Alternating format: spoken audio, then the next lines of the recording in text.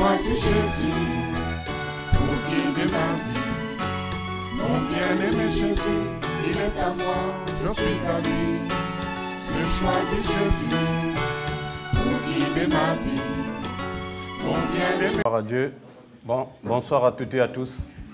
Que le nom du Seigneur soit béni pour ce temps que le Seigneur nous accorde encore d'être réunis pour l'adorer, pour le louer, pour le glorifier.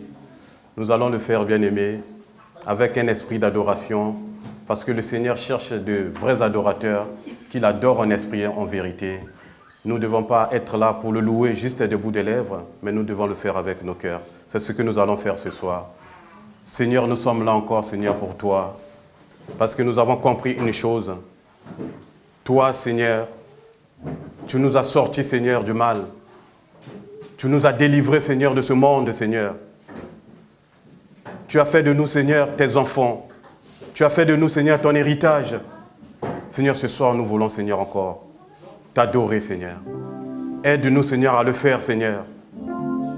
En esprit et en vérité, Seigneur.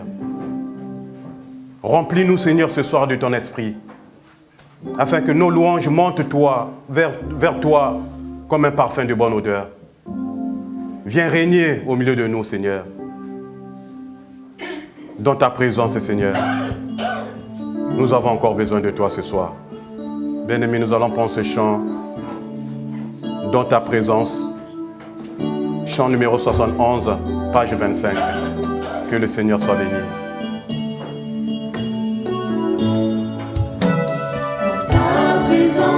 Seigneur, je m'attends à toi, j'ai soif de ta présence. Oh Jésus, tu marches devant moi, me montrant le chemin. Prends-moi par la main et conduis-moi.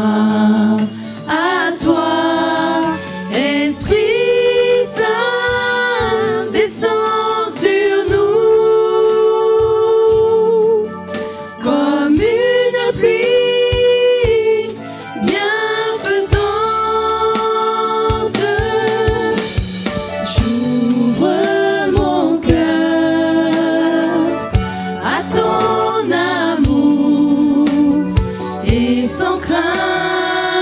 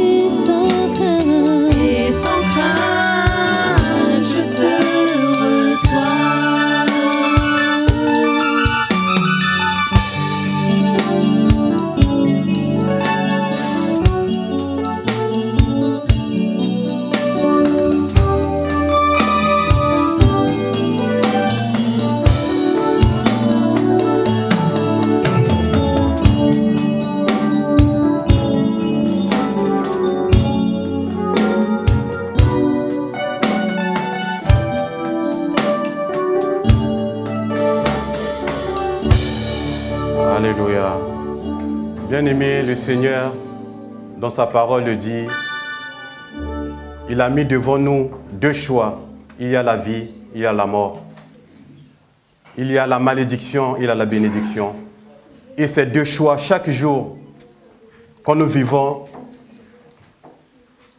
nous sommes toujours devant ces choix.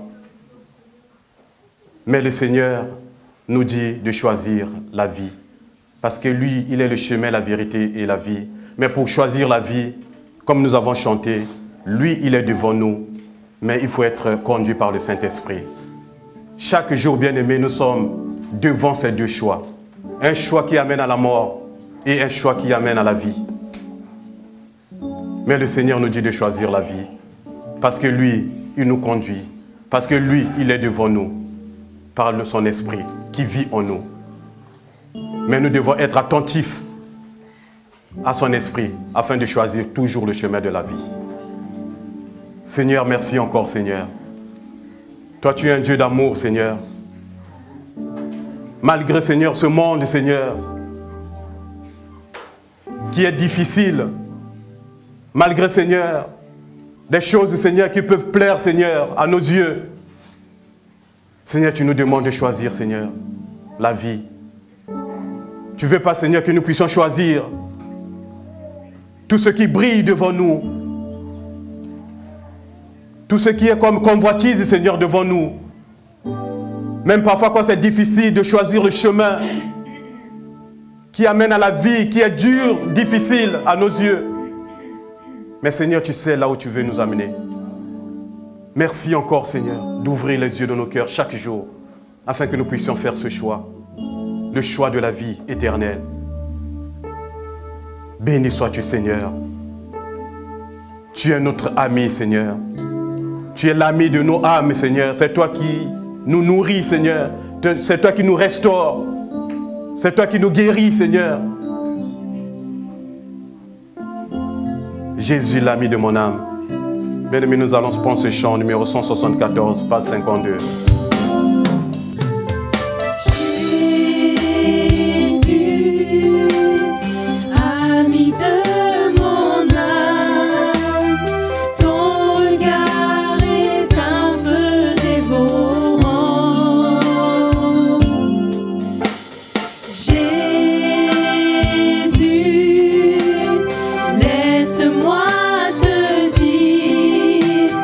Je voudrais te suivre.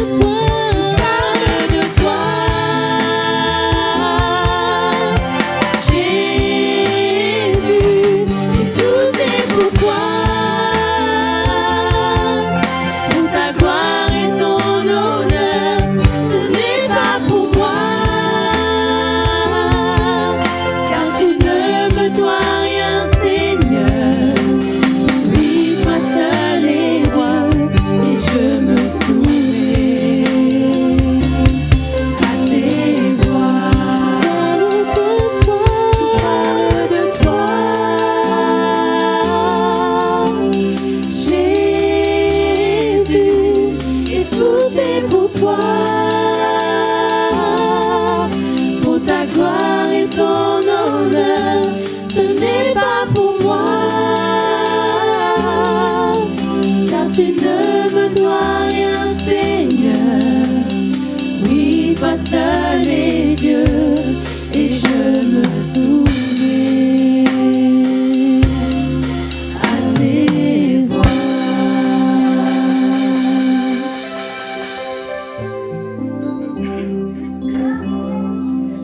Aide-nous encore, Seigneur, à nous soumettre à toi, à nous soumettre, Seigneur, à ta volonté, Seigneur.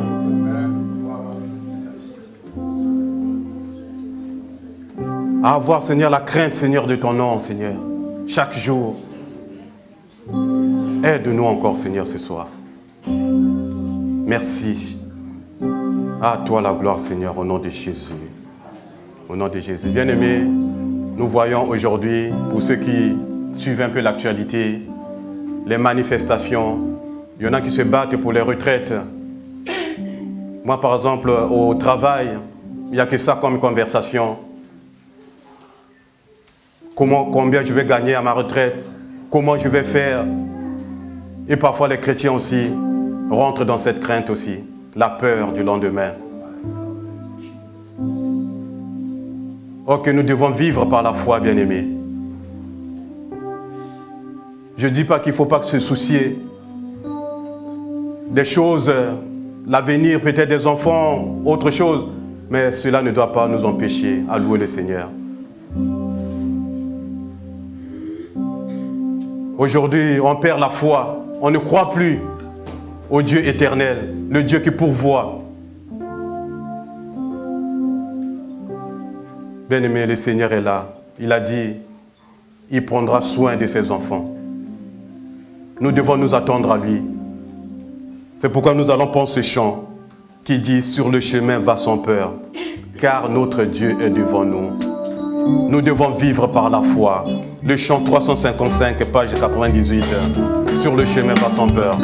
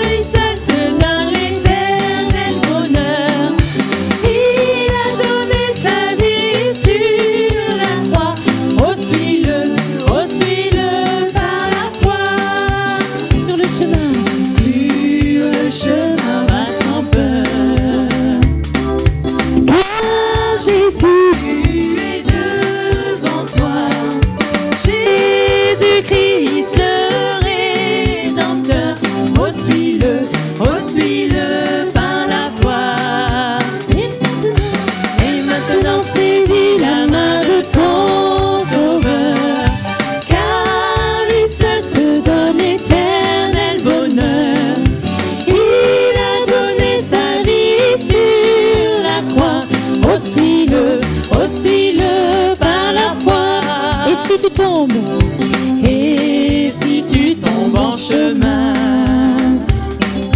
regarde à les yeux de ton roi. Il est dans le lieu très saint et il prie pour toi.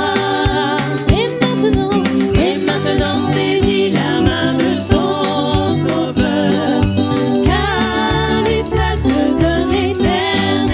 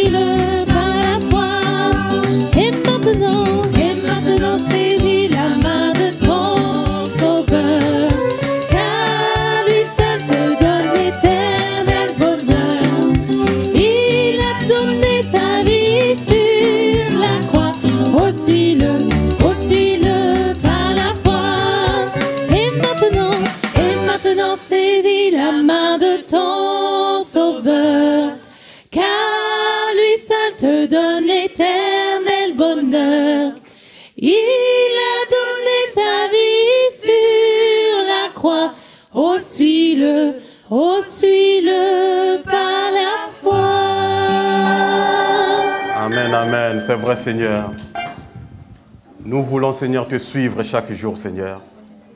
Parce que nous savons, Seigneur, que c'est toi, Seigneur, la solution.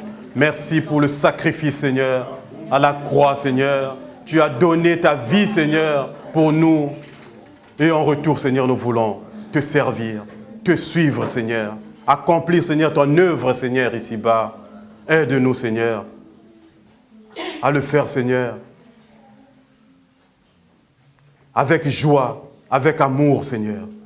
Et augmente, Seigneur, notre foi, afin que nous puissions persévérer, Seigneur, dans ces voies.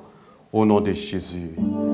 Amen. Bien-aimés, dans 2 Timothée 1, à partir du verset 7, il est écrit « Car ce n'est pas un esprit de timidité que Dieu nous a donné. Au contraire, son esprit nous remplit de force, d'amour et de sagesse.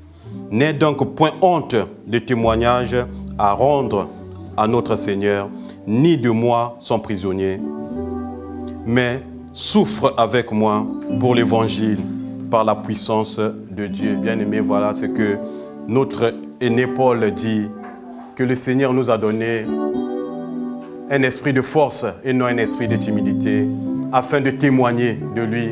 Nous devons être des témoins de Jésus, mais il nous arrive parfois de cacher tout sous le tapis, là où nous sommes, peut-être dans nos familles, au travail, de ne pas proclamer le nom de Jésus. Mais le Seigneur nous dit, il nous a donné un esprit de force. Réalisons cela, bien-aimés. C'est pourquoi nous allons prendre ce chant.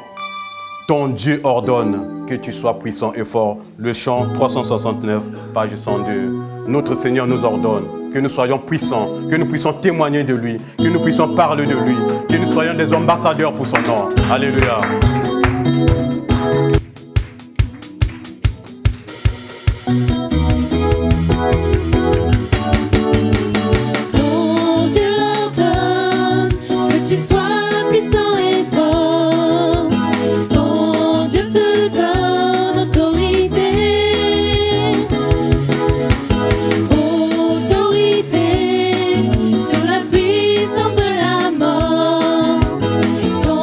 Dieu te donne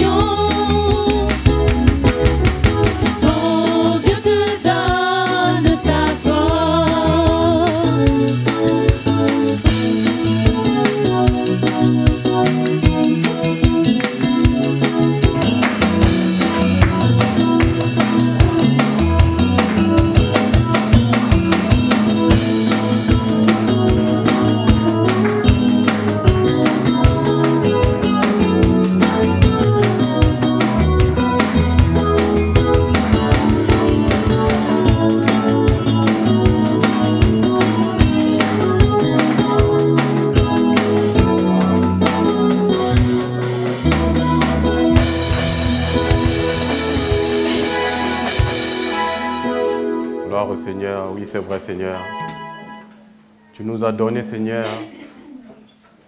cet esprit, Seigneur, de force, afin que nous puissions résister, Seigneur,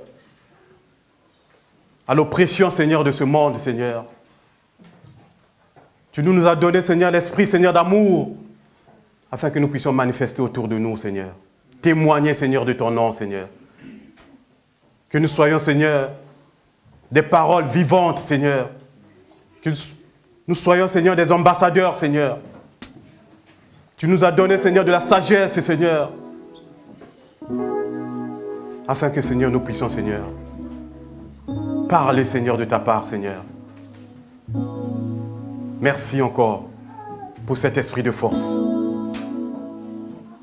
Nous te bénissons, Seigneur, au nom de Jésus.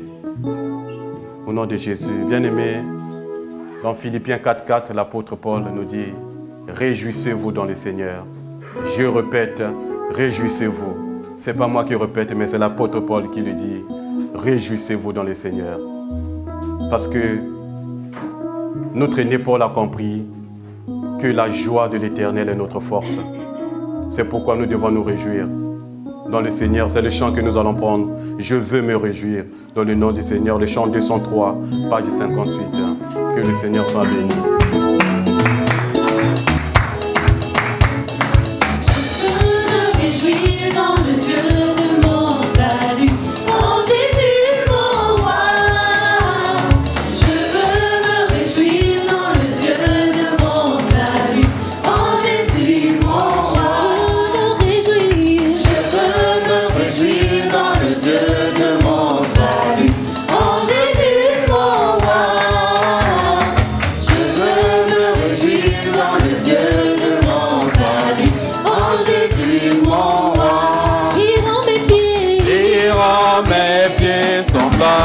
C'est des péchés. Il me fait marcher. Il me fait marcher sur les lieux élevés. Le Seigneur est ma force. Il rend mes pieds semblables à ceux de Michel. Il me fait marcher. Il me fait marcher sur les lieux élevés. Le Seigneur est ma force.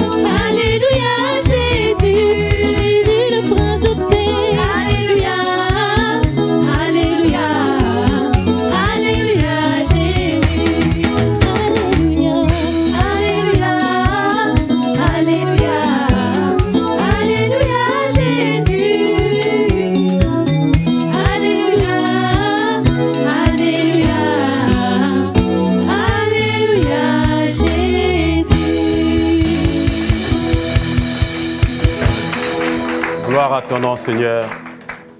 Oui, c'est vrai, Seigneur. Nous voulons encore, Seigneur, continuer à nous réjouir, Seigneur, en ton nom. En écoutant, Seigneur, ta parole, tes enseignements, Seigneur. Nous ne voulons pas, Seigneur, être, Seigneur, des auditeurs oublieux. Mais Seigneur, aide-nous, Seigneur, à être attentifs. Tu nous as fait grâce, Seigneur, d'avoir, Seigneur, cette parole, Seigneur, que tu nous enseignes au travers, Seigneur, de ton serviteur. Seigneur, nous ne voulons pas fouler aux pieds cette grâce. C'est pourquoi ce soir, nous prions que tu nous aides, Seigneur, à être attentifs, Seigneur, à cette parole. À ne pas l'écouter, Seigneur, comme étant une parole venant d'un homme, mais comme étant une parole venant de toi. Seigneur, je prie, Seigneur, pour ton serviteur, que tu le remplisses, Seigneur, de ton esprit, afin qu'il puisse enseigner, Seigneur, ton peuple. Parce que tu as dit, Seigneur, que ton peuple périt par manque de connaissance. Seigneur, nous ne voulons pas, Seigneur, périr par manque de connaissance. Tu nous as donné, Seigneur, cette connaissance, tu nous enseignes cette connaissance au travers, Seigneur, de ton serviteur. Merci encore de le remplir de ton esprit. À toi la gloire, la louange au siècle des siècles. Dans le nom de Jésus. Amen. Amen. Gloire à Dieu.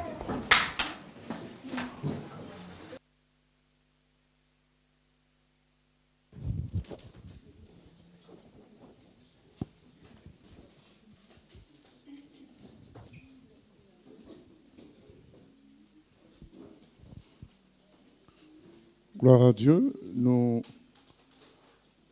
continuons, nous sommes presque à la fin de notre livre extraordinaire, Cantique des Cantiques, Shir Hashirim. Le plus beau des cantiques, le meilleur, le plus grand des cantiques, on pourrait l'appeler aussi comme ça.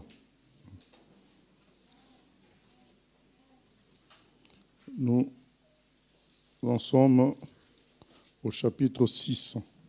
Donc dans le chapitre 5, nous avons vu la bien-aimée qui peut représenter le chrétien, l'Église du Seigneur, ou Israël, la minorité juste d'Israël.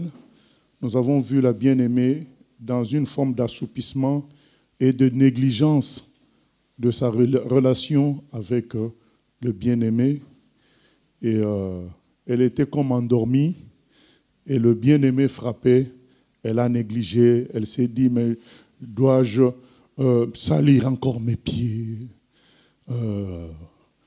changer de vêtements pour aller ouvrir. Donc elle a préféré rester dans son lit, dans son confort. Voilà, le christianisme d'aujourd'hui, beaucoup ne se réveillent pas pour ouvrir la porte au Seigneur. Nous avons dit que Apocalypse 3.20 concernait les chrétiens. Je me tiens à la porte, je frappe. Et Dieu frappe à la porte de beaucoup de chrétiens qui préfèrent garder leur confort. Ils ne veulent pas se faire violence, ils ne veulent pas changer leurs habitudes, changer, bouleverser, vivre des bouleversements pour le Seigneur. Ils veulent les choses stables, cadrées, et du coup ils restent dans le lit. Et à un moment donné, elle se lève, voyant vraiment l'insistance du bien-aimé, elle se lève, mais le bien-aimé est parti. Et nous avions expliqué que Dieu permet cela afin qu'il y ait la réciproque, donc la même chose de notre part, qu'il y ait un feu, une envie d'aller vers lui, afin que la boucle soit bouclée, que ce ne soit pas un amour à sens unique, mais à double sens. Et elle se met à le chercher, mais malheureusement, elle cherche dans les mauvais endroits et des malheurs lui arrivent jusqu'à ce que, comme elle cherchait vraiment le Seigneur, elle l'a trouvé. Cela représente tous ceux qui, d'une certaine manière, ont reçu cette soif-là de Dieu, ou bien de retour à Dieu, mais après qui se sont accrochés à de mauvaises branches. Si ces personnes sont sincères, elles finissent par trouver la vérité. Voilà, donc nous ne devons pas nous inquiéter par rapport à tous ceux qui sont dans l'erreur, parce que les sincères parmi eux finissent par trouver Dieu, comme la bien-aimée a fini par trouver le bien-aimé. Et maintenant, pendant qu'elle cherche, les gens ont vu son insistance, sa soif à chercher le bien-aimé. Ils lui ont dit, mais qu'est-ce qu'il a d'extraordinaire? Qu'est-ce qu'il a d'extraordinaire? Et nous avons vu une présentation extraordinaire du bien-aimé par la bien-aimée. Et nous pouvons en faire de même pour le Seigneur Jésus. C'est pourquoi il y a tant de chants sur Jésus, parce qu'il y a tant de choses à dire sur lui, sur sa bonté, son amour, sa sainteté, sa vérité. Moi, souvent, quand je pense qu'il a fait 24 heures sur 24 sans péché, donc c'est extraordinaire, c'est plus beau que le diamant. Donc comment quelqu'un peut respirer, vivre 24 heures sur 24 pendant plus de 30 ans sans pécher une seule fois? C'est une merveille, rien que de penser. Quand nous pensons qu'il a ressuscité Lazare après 4 jours, redresser le dos d'une femme dont le dos était courbé, cela faisait 18 ans. Nous sommes émerveillés. Le Seigneur est merveilleux. Et il est beau, il est bon, il est puissant, il est glorieux.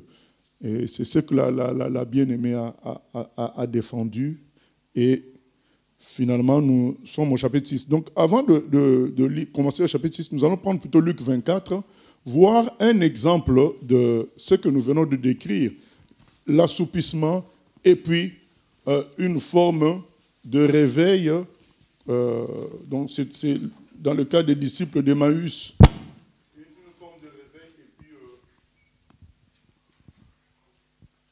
Une forme de réveil et puis le Seigneur qui disparaît. Nous lisons cela à partir du verset 13. Luc 24, à partir du verset 13. Et voici, ce même jour, 2 disciples allaient à un village nommé Emmaüs, éloigné de Jérusalem de 60 stades. Et ils s'entretenaient de tout ce qui s'était passé. Pendant qu'ils parlaient et discutaient, Jésus s'approcha et fit route avec eux. Mais leurs yeux étaient empêchés de le reconnaître. Il leur dit, « De quoi vous entretenez-vous en marchant ?» Et ils s'arrêtaient, l'air attristé. L'un d'eux, nommé Cléopas, lui répondit, « Es-tu le seul qui, séjournant à Jérusalem, ne sache pas ce qui est arrivé ces jours-ci » ? « Quoi » leur dit-il. Ils lui répondirent, « Ce qui est arrivé au sujet de Jésus de Nazareth, qui était un prophète puissant en œuvre et en parole devant Dieu et devant tout le peuple. Et comment les principaux sacrificateurs et nos magistrats l'ont livré pour le faire condamner à mort et l'ont crucifié. Nous espérions que ce serait lui qui délivrerait Israël. Mais avec tout cela, voici le 3e jour que ces choses se sont passées. Il est vrai que quelques femmes d'entre nous nous ont fort étonnés, s'étant rendues de grand matin au sépulcre. Et n'ayant pas trouvé son corps, elles sont venues dire que des anges leur sont apparus et ont annoncé qu'il est vivant. Quelques-uns de ceux qui étaient avec nous sont allés au sépulcre, et ils ont trouvé les choses comme les femmes l'avaient dit. Mais lui, ils ne l'ont point vu. Alors Jésus leur dit, « Ô homme, sans intelligence, et dont le cœur est lent à croire tout ce qu'ont dit les prophètes. Ne fallait-il pas que le Christ souffre ces choses, et qu'il entre dans sa gloire ?» Et commençant par Moïse et par tous les prophètes, il leur expliqua dans toutes les Écritures ce qui le concernait. Lorsqu'ils furent près du village où ils allaient, il parut vouloir aller plus loin, mais ils le pressèrent en disant, « Reste avec nous, car le soir approche. Le jour est sur son déclin. » Et il entra pour rester avec eux. Pendant qu'il était à table avec eux, il prit le pain, et après avoir rendu grâce, il le rompit et le leur donna. Alors leurs yeux s'ouvrirent, et ils le reconnurent, mais il disparut de devant eux. Et ils se dirent l'un à l'autre, « Notre cœur ne brûlait-il pas au-dedans de nous, lorsqu'il nous parlait en chemin et nous expliquait les Écritures ?» Se levant à l'heure même, ils retournèrent à Jérusalem, et ils trouvèrent les 11 et ceux qui étaient avec eux assemblés, et disant, « Le Seigneur est réellement ressuscité, et il est apparu à Simon. » Et ils racontèrent ce qui leur était arrivé en chemin, et comment ils l'avaient reconnu au moment où il rompit le pain. Tandis qu'il parlait de la sorte, lui-même se présenta au milieu d'eux, et leur dit, « La paix soit avec vous. » Saisis de frayeur et d'épouvante, ils croyaient voir un esprit. Mais il leur dit, « Pourquoi êtes-vous troublés ? Et pourquoi pareille pensée s'élève-t-elle dans vos cœurs ? Voyez mes mains et mes pieds, c'est bien moi. touchez-moi et voyez, un esprit n'a ni chair ni os. Voilà, nous pouvons nous arrêter là. Vous voyez, c'est ce qui s'est passé pour ces disciples d'Emmaüs, qui s'étaient comme assoupis. Jésus était devenu comme un souvenir pour eux. Et en chemin, ils étaient dans une forme d'abattement, d'assoupissement. Et le Seigneur leur paraît, mais ils ne reconnaissent pas. Et ils discutent avec eux. Normalement, cette discussion devait les réveiller aussi. Nous voyons combien beaucoup d'enfants de Dieu résistent à Dieu sans... Nous ne disons pas que Dieu leur est apparu comme un ange lumineux, parce que quand c'est comme ça, qui va dire que ce n'est pas Dieu? Mais c'est fait exprès ainsi pour susciter ce qui est profond en nous. Parce que si Dieu paraissait comme un ange de 5 mètres, tout le monde dirait Dieu est là. Voilà. Mais là, c'est fait exprès pour bâtir quelque chose de profond en nous. Notre socle ne doit pas être une manifestation lumineuse. Notre socle doit être les Écritures, la parole de Dieu, la vérité. Et c'est ce que Dieu veut faire quand il fait que nous ne puissions pas voir des choses extraordinaires. Il veut que nous soyons bâtis sur ce qui est profond, sur sa parole. Mais il est toujours extraordinaire, il est tout puissant. Mais il veut fonder notre foi en nous sur ce qui vient de sa parole. Et donc, là, Jésus leur parle, mais comme eux-mêmes ils disent, nous sentions notre cœur brûler, mais bon, ils n'ont pas quand même cédé jusqu'à ce que le Seigneur coupe le pain et disparaisse. Et donc, quand il disparaît, c'est là qu'ils se réveillent, disent, mais oh là là, le bien-aimé était là. Et ils ont commencé à le chercher pour aller finalement le trouver ensemble avec les amis. Jésus leur paraît. Voilà, c'est extraordinaire de voir combien la Bible est cohérente. C'est comme si les parties de la Bible se répètent. Ce que nous venons de lire dans Cantique des Cantiques, c'est ce que nous venons de lire dans Luc 24. Et il paraît et il s'intéresse. Après, il disparaît et c'est toi maintenant qui commences à le chercher. Parce qu'ils allaient, n'est-ce pas, ils allaient à Emmaüs, mais ils ont rebroussé chemin. Ils n'ont plus continué. Ils ont commencé.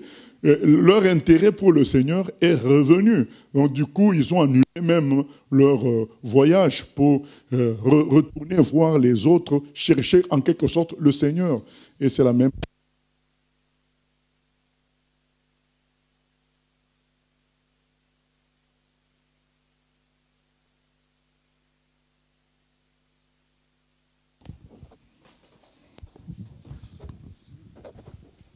Il peut y avoir des moments d'assoupissement, de fatigue ou spirituel où nous négligeons le Seigneur. Et le Seigneur va quand même venir frapper, comme il dit dans Apocalypse 3:20. C'est là que nous voyons une fois de plus la cohérence de la Bible. Dans Cantique, il frappe. De la même manière dans Apocalypse 3:20, il va venir frapper. Il frappe. Il parle, comme aux disciples d'Emmaüs. Mais nous traînons parfois les pieds. Et quand, après, nous nous rendons compte de cela, il n'est plus là. Il faut le chercher. C'est fait exprès pour que ça vienne du fond de nos cœurs. Donc, c'est ce qui s'est passé là. Maintenant, nous passons au chapitre 6, que nous avons intitulé, l'étude d'aujourd'hui, « Le retrouvailles ». Donc, la bien-aimée a commencé à chercher et fini par retrouver le bien-aimé, comme dans Luc 24, leur cœur a chauffé, ils ont commencé à chercher, et puis ils vont le retrouver ensemble avec les amis. Et ça nous rappelle, ça nous fait penser à l'Église qui tombe dans un certain sommeil spirituel, comme les 5 vierges sages. Voilà, les 10 sont tombés dans le sommeil spirituel, mais les sages se sont réveillés quand même. Vous voyez, donc les histoires de la Bible se ressemblent. Voilà. Les 5, malgré le sommeil, parce que toutes elles se sont endormies, mais les sages se sont réveillés et ont retrouvé l'époux. C'est la même chose. Donc à un moment donné, les vrais de Dieu vont se réveiller, même s'ils sont endormis. Le Saint-Esprit va les secouer, comme dans Ézéchiel 37, encore une autre histoire où les ossements desséchés se réveillent. Et il y a maintenant les retrouvailles avec le bien-aimé. Nous lisons chapitre 6. Où est allé ton bien-aimé, ô la plus belle des femmes? De quel côté ton bien-aimé s'est-il dirigé? Nous le cherchons avec toi, nous le chercherons avec toi. Mon bien-aimé est descendu à son jardin, au parterre d'aromates, pour faire paître son troupeau dans les jardins et pour cueillir des lys. Je suis à mon bien-aimé et mon bien-aimé est à moi. Amen, amen. Voilà, donc on lui dit, mais où est allé ton bien-aimé? Pareil, oh la plus belle des femmes, de quel côté ton bien-aimé s'est-il dirigé? Nous le chercherons avec toi. Donc, qu'est-ce qui se passe là? Donc, quand les enfants de Dieu, quand l'Église, quand le reste d'Israël retrouve Dieu dans le cœur, ils vont susciter une envie à tout le monde de voir qui est ce bien-aimé finalement. C'est ce qui est prophétisé dans Isaïe 2. Dans Isaïe 2, il est dit que dans les temps de la fin, la parole sortira de Sion. Donc il y aura un reste d'Israël qui créera une soif à l'humanité entière de trouver le bien-aimé. C'est ce qui est écrit aussi concernant l'Église. À la fin, les vrais chrétiens se lèveront et créeront une forme de réveil. Dieu fera une sorte de réveil. Par leur soif à eux, les gens chercheront Dieu. Donc Dieu a préparé un petit troupeau, un reste qui, à un moment donné, va déclarer la grandeur de Dieu et va donner envie. Maintenant, c'est ce travail-là qui se fait actuellement dans l'Église universelle où nous sommes comme assoupis. Dieu est en train de préparer de vrais en cachette, dans la simplicité de la parole. À un moment donné, ils vont se réveiller avec une très très grande soif de Dieu, très grande soif de proclamer sa grandeur, et beaucoup s'intéresseront à connaître le Seigneur en ce moment. Vous voyez que l'élément le plus important, ce ne sont pas les miracles. L'élément le plus important, c'est la soif des vrais chrétiens pour Dieu. La soif des vrais chrétiens pour Dieu va toucher beaucoup plus les gens que les miracles en eux-mêmes. Les miracles attirent, mais font de la pub, mais ils ne changent pas les gens. La soif des bien-aimés du Seigneur, à l'exemple des amis de Daniel. L'histoire des amis de Daniel comporte deux éléments. Le miracle extraordinaire de ne pas brûler dans le feu, mais ce n'est pas moi qui le dis. Le roi lui-même le dit. Il dit que ces gens ont eu tellement foi en leur Dieu qu'ils ont préféré brûler. Parce que le roi, il est resté sur l'avant-miracle pour dire, mais je ne comprends pas comment ces gens ont préféré brûler plutôt que de renier leur Dieu. C'est l'élément déterminant qui a transformé le roi. Mais que le roi soit impressionné par les miracles, nous n'en disconvenons pas. Mais qu'il soit transformé, cela a été dû à la manifestation de la foi des amis de Daniel. Il a considéré que ces gens-là savaient que Dieu était réel. Et du coup, il est vraiment réel, parce qu'ils l'ont manifesté en allant dans le feu. Donc la soif des vrais chrétiens, leur détermination, j'en cite souvent des exemples là. Certains païens, quand ils voient, ils disent, mais non, c'est pas normal que ce monsieur que nous pouvions tuer, à qui on a laissé la vie sauve, revienne pour rendre de l'argent, son propre argent, prétendant qu'il n'a pas dit la vérité. Mais d'où lui vient une telle sainteté? Voilà. Le comportement, le fruit de l'esprit, la soif des chrétiens apportera la transformation des païens. Mais les miracles pourront toujours attirer, mais ça peut être un spectacle et puis ça passe. Hein. L'exemple le plus simple, hein, le parfait même, c'est celui de Jésus. Hein. Quand Jésus quitte cette terre, il y a peu de disciples. Mais pourtant, quel miracle il n'a pas fait. Il y a peu de disciples. L'exemple le plus simple, c'est son exemple à lui-même. Peu de disciples, 120 environ. Mais les miracles, il y en avait combien? Voilà. Donc, mais c'est la détermination. Lui-même, il a dit, quand le Saint-Esprit vous utilisera, les gens, que vous serez mes témoins. Au fait, être témoin est plus fort que faire des miracles. Voilà. Parce que être témoin, c'est manifester soi-même Christ. Et c'est puissant. Comme les amis de Daniel, ils ont manifesté Dieu. Et voilà, le témoignage de la bien-aimée fait que les autres s'intéressent maintenant à connaître le bien-aimé. Mon bien-aimé est descendu à son jardin, au parterre d'aromates, pour faire paître son troupeau dans les jardins et pour cueillir des lys. Je suis à mon bien-aimé et mon bien-aimé est à moi. Il fait paître son troupeau parmi les lys. Voilà, toujours dans la simplicité. Mon bien-aimé se trouve dans l'endroit de simplicité. Et je suis attaché à lui, peu importe où il est. Je ne cherche pas être glorieux, mais je cherche à être avec le bien-aimé, même au milieu des lys. C'est ce que la bien-aimée avoue. La vraie église sera avec Jésus en prison, dans un palais royal, dans la rue, comme dans le désert. Voilà, la vraie église cherche le bien-aimé. Ne cherche pas ce que le bien-aimé donne, l'argent, l'or, la popularité, le succès, les miracles. Non, la vraie église, les vrais chrétiens cherchent le bien-aimé lui-même. Et c'est ce que la bien-aimée manifeste. Voilà, nous passons au verset 4.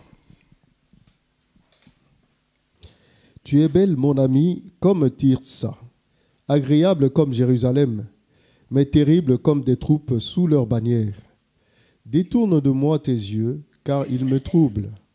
Tes cheveux sont comme un troupeau de chèvres, suspendus au flanc de Galade. Tes dents sont comme un troupeau de brebis qui remontent de l'abreuvoir. Toutes portent des jumeaux, aucune d'elles n'est stérile. Ta joue est comme une moitié de grenade derrière ton voile. Il y a 60 reines, 80 concubines, et de jeunes sans nombre. Une seule est ma colombe, ma parfaite. Elle est l'unique de sa mère, la préférée de celle qui lui donna le jour. Les jeunes filles la voient et la disent heureuse. Les reines et les concubines aussi, et elles la louent. Voilà ce que dit le bien-aimé. Salomon avait plusieurs femmes de toutes sortes. Il dit, mais il n'y a que la Sulamite qui est spéciale. Voilà. Et au milieu de tout ce que Dieu a fait de beau, que ce soit en pays, en plantes, en humains, en bijoux, en argent, tout ce que vous voulez, ce que Dieu trouve le plus beau, c'est l'Église. C'est l'enfant de Dieu.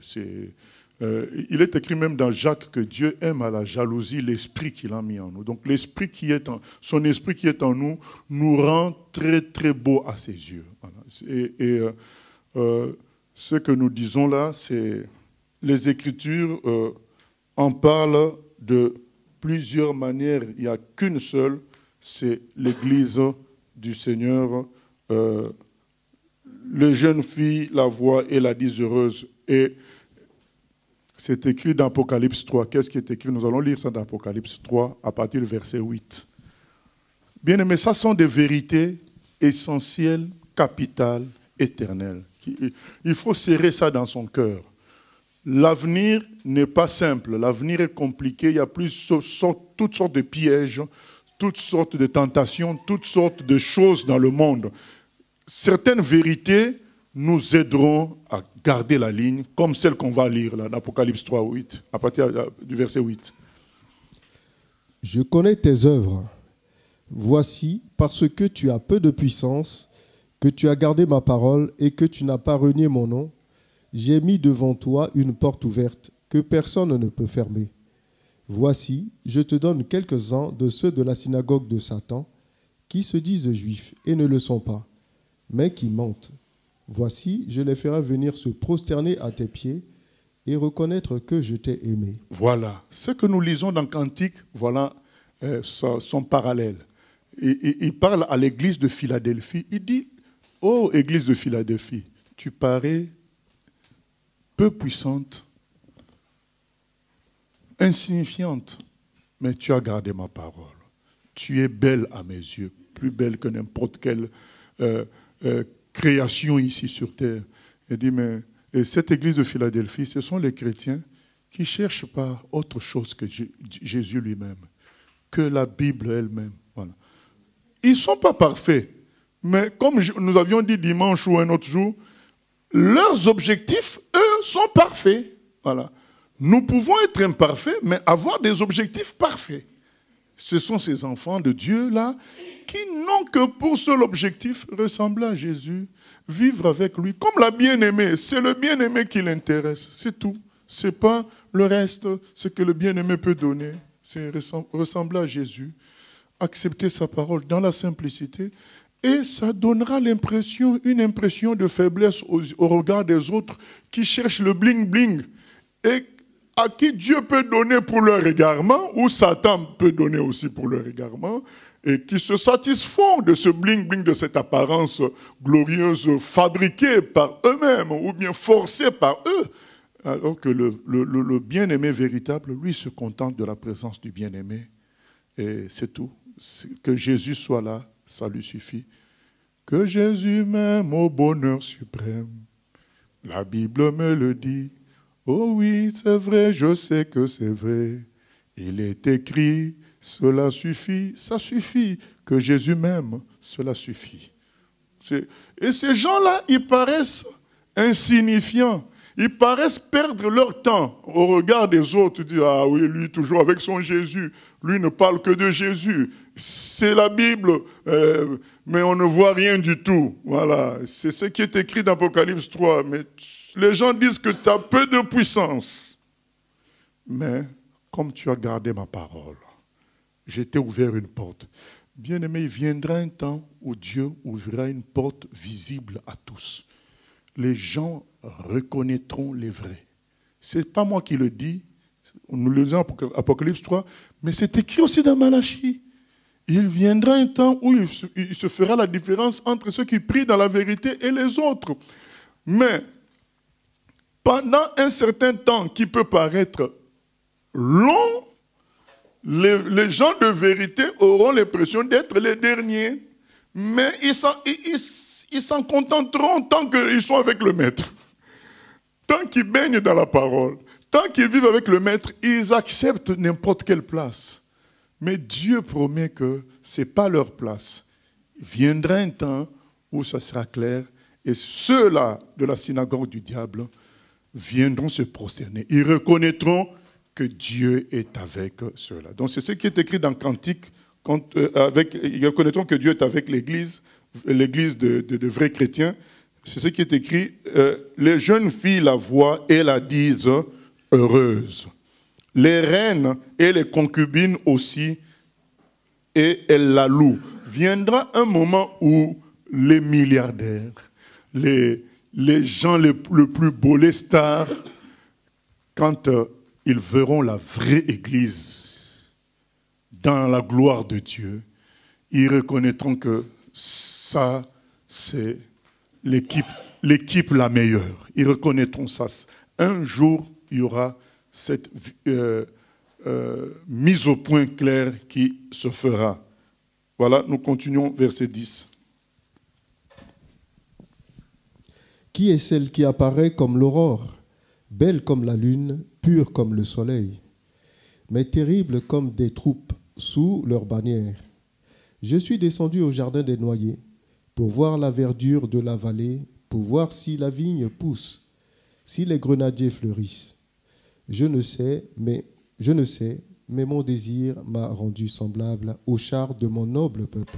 Amen. Voilà, Dieu, non seulement il juge l'Église belle, mais il juge l'Église puissante. C'est écrit, ton Dieu ordonne que tu sois puissant.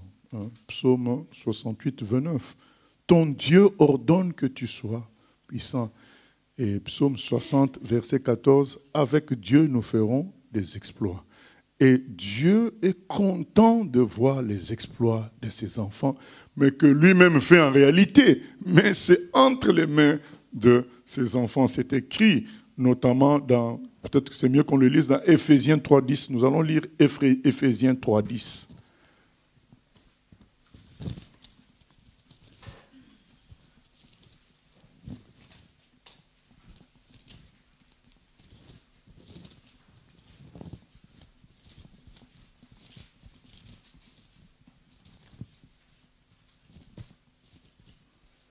Éphésiens 3, verset 10. C'est pourquoi les dominations et les autorités dans les lieux célestes, les dominations et les autorités dans les lieux célestes connaissent aujourd'hui par l'Église la sagesse infiniment variée de Dieu, selon le dessein éternel qu'il a mis à exécution par Jésus-Christ notre Seigneur. Voilà. Il dit, les forces des ténèbres vont voir que Dieu est grand à travers l'Église. Ils ne vont pas comprendre. Vous savez, comme un dessin animé qui passait autrefois, ça s'appelait Atomic Ant, je crois, fourmi atomique. Donc c'est une petite fourmi qui arrive à transporter un immeuble.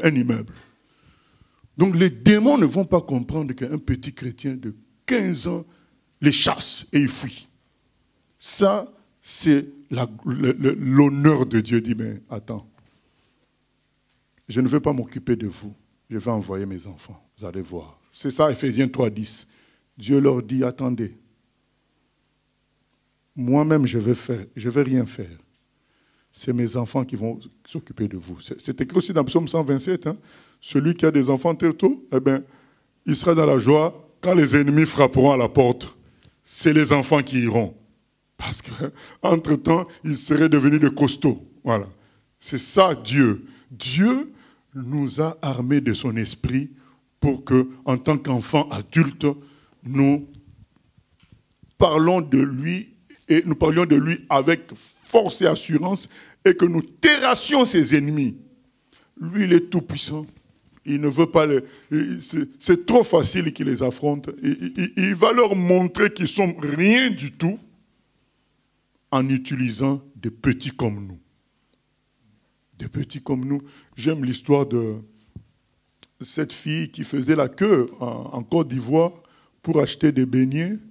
Et pendant qu'elle faisait la queue, c'était une fille d'un serviteur de Dieu. Pendant qu'elle faisait la queue, elle chantait en même temps les chansons du Seigneur.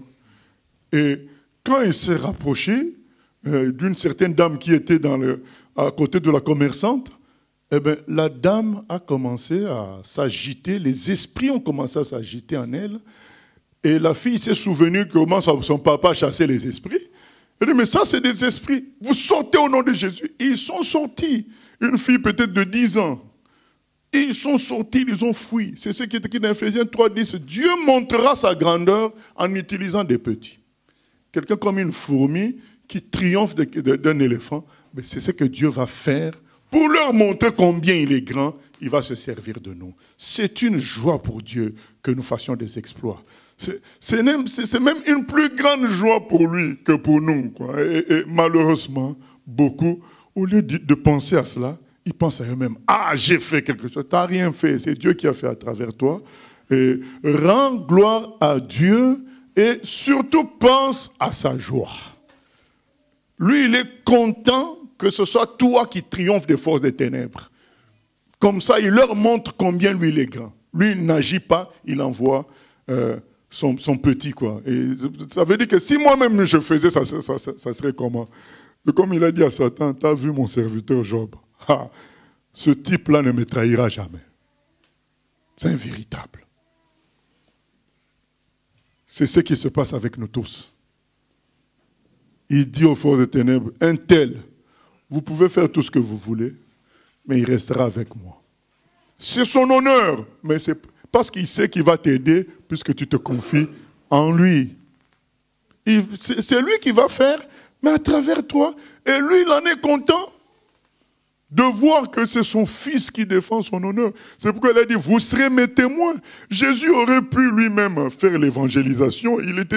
Quand il est ressuscité, il pouvait se déplacer, changer de lieu plus que la vitesse, à une vitesse supérieure à celle de la lumière.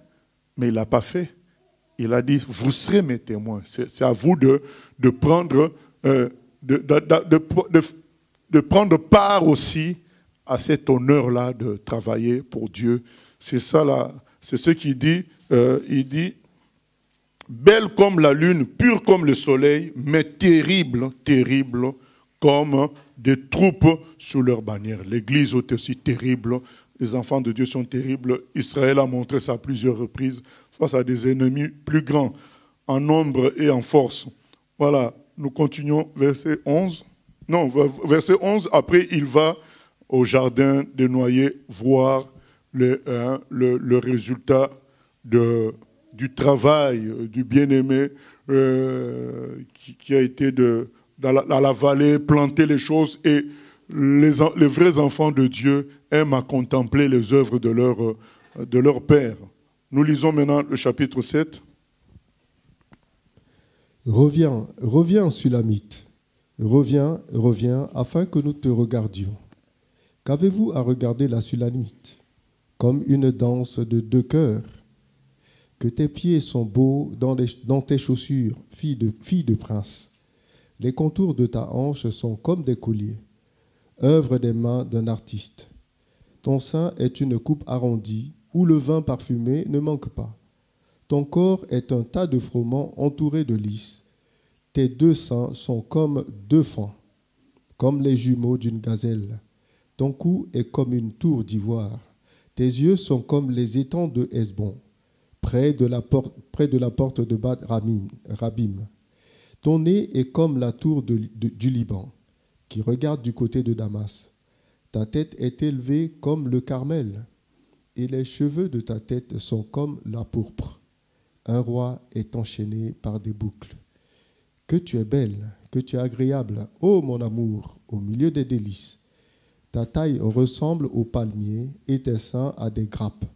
Je me dis, je monterai sur le palmier, j'en saisirai les rameaux.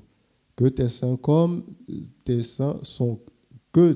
soient comme les grappes de la vigne, le parfum de ton souffle comme celui des pommes, et ta bouche comme un vin excellent. Voilà la description extraordinaire que le bien-aimé fait de la bien-aimée pour encore nous montrer comment Dieu nous voit. C'est extraordinaire.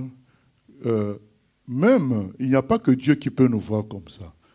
Il y a des moments où nous-mêmes aussi, en observant le comportement de certains chrétiens, nous sommes admiratifs, nous sommes contents de voir parfois la persévérance de certains chrétiens, l'amour de certains chrétiens. C'est plus beau que les paysages. Les chrétiens sont plus beaux que les paysages, plus beaux que le diamant, plus beaux que les troupeaux de chèvres. Comme c'est expliqué là, quand nous les voyons dans leurs œuvres spirituelles, c'est extraordinaire. Et tu n'en reviens pas. Il y a des chrétiens, il y a un chrétien qui, Adoniram Judson, il est parti prêcher en Birmanie, loin là-bas, mais à un moment donné, la voix est partie. Donc, au fait, ton instrument de travail, tu ne l'as plus. On s'attendrait à ce que des gens comme ça renient le Seigneur, ne comprennent pas, se fâchent. Mais non, il a pris quelqu'un pour l'aider à traduire. Confiant de la puissance de Dieu qui n'a pas besoin de savoir lui. Quand on voit des actes comme ça, des gens qui manifestent une telle confiance, c'est plus beau que regarder un paysage. C'est plus beau que regarder une femme belle. C'est plus beau. C'est comme ça que on voit ces comparaisons. Dieu prend ces comparaisons, les villes, le corps, tout ça, parce que ce sont des choses en général qui attirent les humains. Maintenant, il veut dire que quand tu observes la bien-aimée de Dieu, c'est plus que ça. Voilà. Je l'avais dit au début, nous avons des amours sur terre et Dieu veut montrer que l'amour pour lui est le meilleur. Voilà. Et c'est ce que nous lisons dans la description. Est-ce qu'il y a des questions? Voilà, nous allons écouter les questions et puis nous allons clôturer pour aujourd'hui parce que sinon ça finirait trop tôt. Donc on laisse la dernière partie pour mardi prochain. Il y a des questions plus qui sont hors contexte. Ok. Donc je prends la première question. Donc il y a un internaute qui voulait comprendre qu'est-ce que signifiait le verset dans Matthieu 7 quand on dit l'entrée est étroite et le chemin resserré. Elle met entre parenthèses épreuve, combat, mort à soi-même ou autre. Donc, vous voulez comprendre... Ça voudrait dire tout simplement que quand nous devons aller vers le Seigneur, il y a peu de place à tout ce qui est... Il n'y a pas de place à tout ce qui est charnel, à tout ce qui est de l'ordre du naturel. C'est Jésus seul. Moi, j'aime cette image-là, c'est que pour aller au ciel, il faut prendre un chemin par lequel ne peut passer qu'une seule personne, c'est-à-dire Jésus. Donc tu passes par le même chemin, une seule personne peut passer, parce qu'une seule personne peut entrer au ciel, c'est Jésus. Donc pour que toi tu ailles au ciel, tu dois prendre le même chemin que lui, que tu sois à sa suite. Donc c'est une seule personne. Ça c'est pour les païens, mais pour le chrétien, il nous est dit par le frère Paul et par le Seigneur lui-même dans Jean 16, 33, et le frère Paul dans Actes des Apôtres, je crois, au chapitre 12 ou 14, le Seigneur dit, vous aurez beaucoup de tribulations, mais ne craignez pas, j'ai vaincu le monde. Dès qu'on devient chrétien, la vie terrestre va devenir comme étroite pour nous. Voilà. Nous serons amenés à marcher dans un chemin étroit, loin de ceux qui corrompent le monde. Voilà. Ça, c'est pour le chrétien. Mais ce n'est pas ça qui va sauver. C'est juste que c'est le chemin du chrétien. Ce n'est pas parce que nous traversons des tribulations, c'est ça qui nous sauve. Non, c'est Christ qui nous sauve gratuitement. Mais dès que nous devenons chrétiens, eh bien, notre chemin devient étroit. Donc, quand tout le monde se corrompt, quand tout le monde fait des compromis, nous ne sommes pas dans cela. Nous restons dans notre chemin clair, étroit, qui est lié à la parole de Dieu. Et deuxième question. Apocalypse 7, 4 et Apocalypse 14, verset 1, nous parlent d'un groupe de 144 000 personnes. Est-ce que c'est le même groupe dans les deux versets? Parce que le premier verset parle des tribus de fils d'Israël et le deuxième parle des rachetés. Bon, on aurait pu attendre, mais c'est loin quand même, Apocalypse, on va lire alors. Si on doit attendre d'étudier ça, la réponse traînera trop. Apocalypse 14, 1, c'est écrit, je regardais, voici l'agneau se tenait sur la montagne de Sion. Oui, mais c'est la montagne de Sion, c'est le même groupe. Voilà. Donc, la montagne de Sion, c'est Israël, je crois.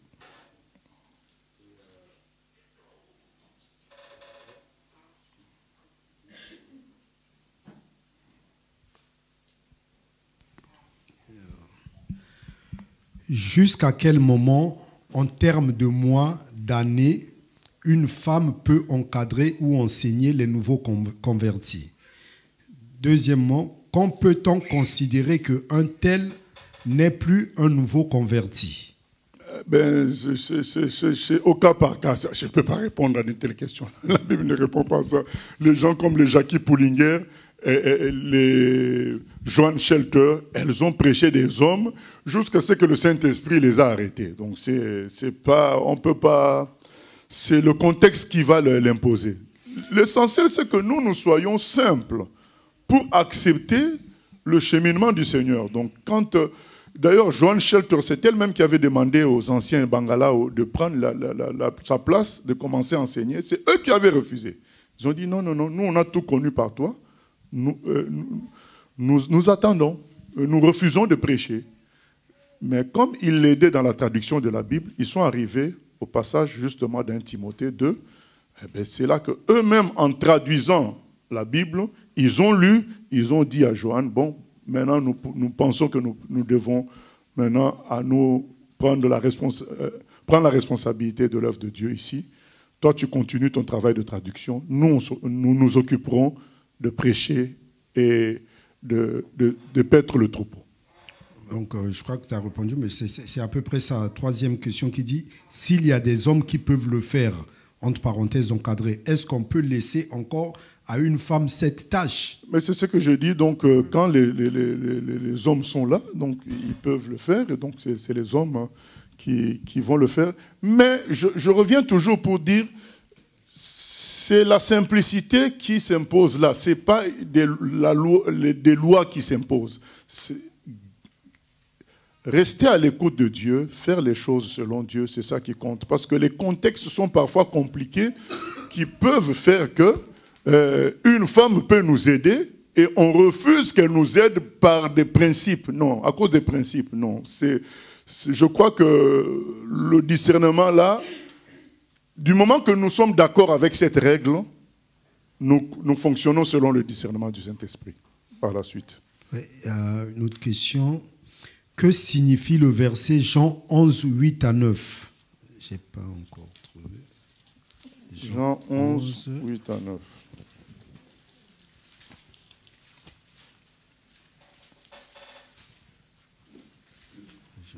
Les disciples lui dirent, Maître, les Juifs tout récemment cherchaient à te lapider et tu retournes en Judée. Jésus répondit, n'y a-t-il pas 12 heures au jour? Ah oui, si quelqu'un marche pendant le jour, il ne bronche point parce qu'il voit la lumière de ce monde. Mais si quelqu'un marche pendant la nuit, il bronche parce que la lumière n'est pas en lui. Voilà. Qu'est-ce que Jésus veut dire par là? Il veut dire que pendant qu'il est dans sa lumière, dans le temps que Dieu lui a donné pour prêcher, faire des miracles, faire avancer l'œuvre de Dieu, il doit travailler. Il vient un temps où ça va être difficile. C'est après Gethsémane, il n'a plus fait ça. Voilà. Donc pendant qu'il fait jour, c'est le temps que Dieu te donne d'être fort, en bonne santé, avec une certaine puissance pour faire les choses. C'est le temps que Dieu te donne. Pendant qu'il fait jour, il faut travailler. Beaucoup, alors qu'ils sont dans leur jour, ils sont forts, ils ont la santé, ils ont la jeunesse, eh bien, ils se reposent. Et puis quand maintenant, le corps ne va plus très bien répondre. Et ça va, mais moi, si j'étais comme les jeunes, j'aurais fait ceci. Mais oui, mais tu as été aussi jeune. Voilà. Il y en a qui vont dire, mais moi, si j'avais l'argent, j'aurais financé telle chose. Mais il y a eu un temps où tu avais l'argent. Tu étais dans ton jour, tu ne l'as pas fait. Voilà. Donc le jour, c'est quand les moyens sont là, il faut faire les choses. Si un pasteur demande à une sœur de prêcher durant un culte, est-ce correct? Il faut pas, je ne veux pas donner des réponses qui vont créer des problèmes ailleurs, quoi. Voilà. Voilà. Donc je pense que j'ai déjà répondu à cette affaire-là. La règle, c'est que la femme ne doit pas enseigner. Voilà. Donc pour le reste, c'est au cas par cas. Moi, je ne peux pas répondre à une question particulière. Je ne suis pas à l'endroit et je ne sais pas qu'est-ce qui s'est passé exactement. Voilà. Ok. Nous allons chanter « Amoureux de mon âme ». Donc aujourd'hui, « Amoureux de mon âme ». Et mardi prochain, nous allons rajouter à ce chant « Sans Jésus ». Sans Jésus. J'attends la suite. Bon, il n'y a pas la suite, donc vous allez chercher.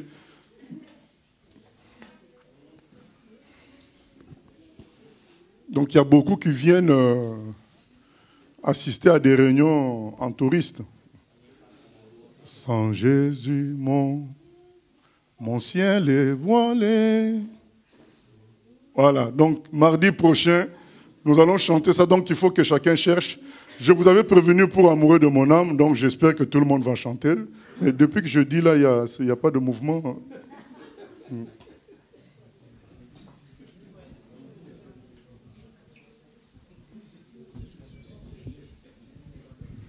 Non, mais c'est mieux de commencer le piano.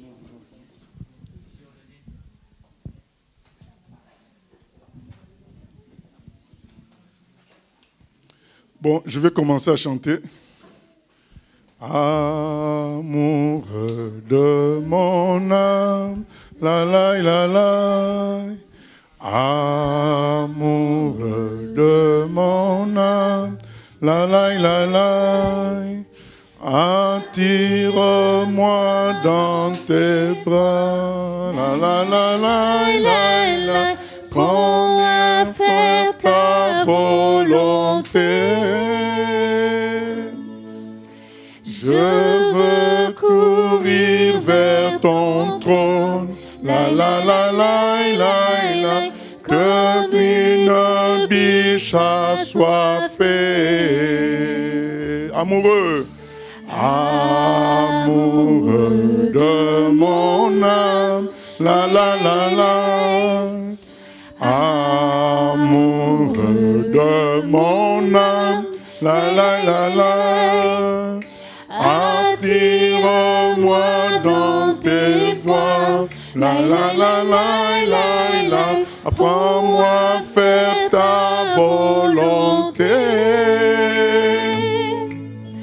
Je veux courir vers ton trône, la la la la la la, comme une biche assoiffée. Enseigne ton serviteur dans ce qui réjouit ton cœur. Amoureux de mon âme, la la la la la la, attire-moi dans tes voies. Je veux courir vers ton trône, la la la la la la, me prosterner, t'adorer. Enseigne ton serviteur. Enseigne ton serviteur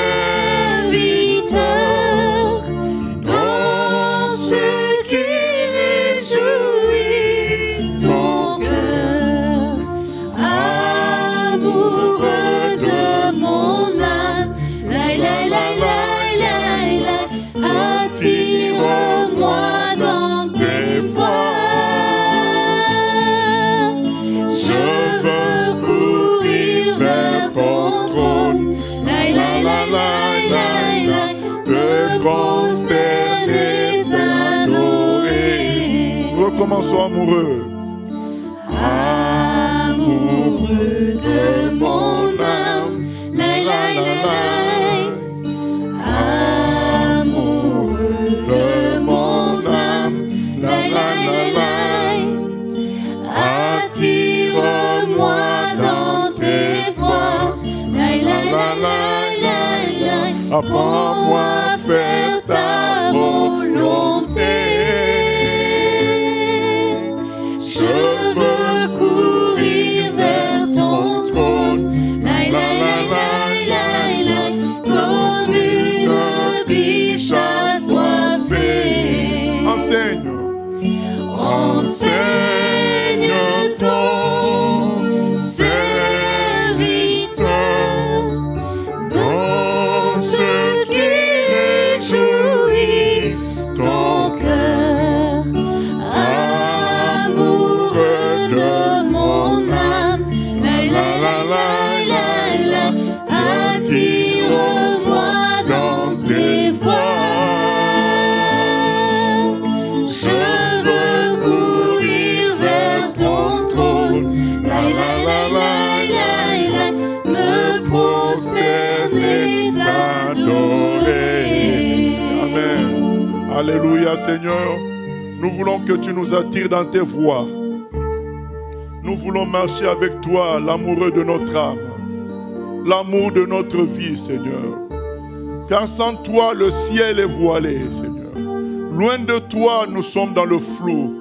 Nous voulons marcher dans la simplicité avec toi, comme l'église de Philadelphie, peut-être avec en apparence peu de puissance, mais partageant ton sort, partageant ton existence.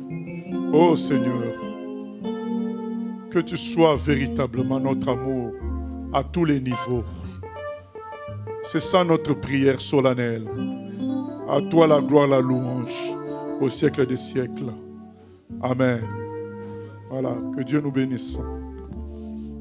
Vendredi à 16h, nous avons une émission question et réflexion. Le chrétien et la...